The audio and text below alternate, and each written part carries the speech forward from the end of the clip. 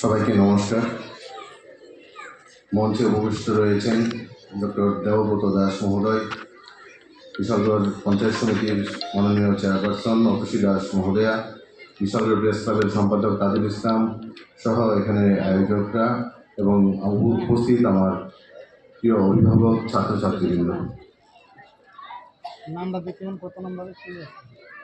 যেহেতু শিশুদের নিয়ে প্রোগ্রাম, তাই আজকে শরীর খারাপ থাকা সত্ত্বেও আসতে হয়েছে।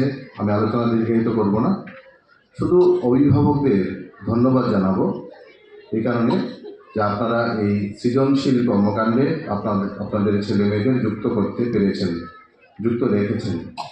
কারণ মেয়েরা এখন অবুঝ, তাদের কিন্তু ভালো মন্দ বোঝার কোনো ক্ষমতা থাকে না। কাজে আপনাদের উপরেই তাদের মানুষ করার, ভালো মানুষ হিসেবে গড়ে তোলার দায়িত্ব। আমরা জানি যখন থেকে ব্রণের সঞ্চার হয় তখন থেকে একটা শিশুর শিক্ষা শুরু হয়।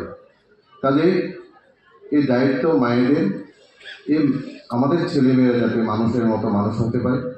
কারণ বিদেশিদের ষড়যন্ত্র রয়েছে আমাদের দেশের যুব সমাজকে ধ্বংস করার জন্য, বিশেষ করে উত্তর পূর্ব ভারতের যুব সমাজকে ধ্বংস করার জন্য নেশা সহ নানান ধরনের ষড়যন্ত্র এখানে চলছে।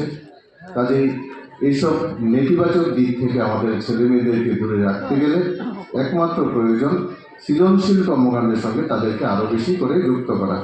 আমাদের বিশালগড়ের তরুণ বিধায়ক সুশান্ত দেবের উদ্যোগে বা অনুপ্রেরণায় এই এলাকার সংস্কৃতির বিকাশে দারুণভাবে কাজ চলছে।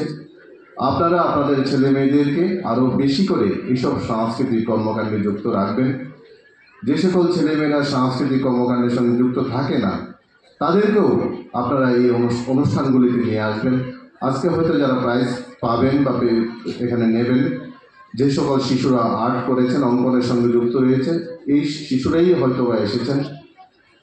আমি বলবো আপনার পাশের যে ছেলেটা অঙ্কনের সঙ্গে যুক্ত নয়, তাদেরকেও নিয়ে আসবেন এই ধরনের অনুষ্ঠানে।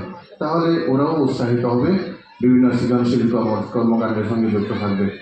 সবাইকে ধন্যবাদ যারা আয়োজন করেছেন এই ধরনের একটি সুন্দর অনুষ্ঠান। সবাই আপনাদেরকেও ধন্যবাদ জানিয়ে আলোচনা শেষ করছি। নমস্কার। অসংখ্য ধন্যবাদ বিশালগড় প্রেস ক্লাবের সভাপতি তথা সাংবাদিক প্রভুতোষ ঘোষ মহোদয়কে।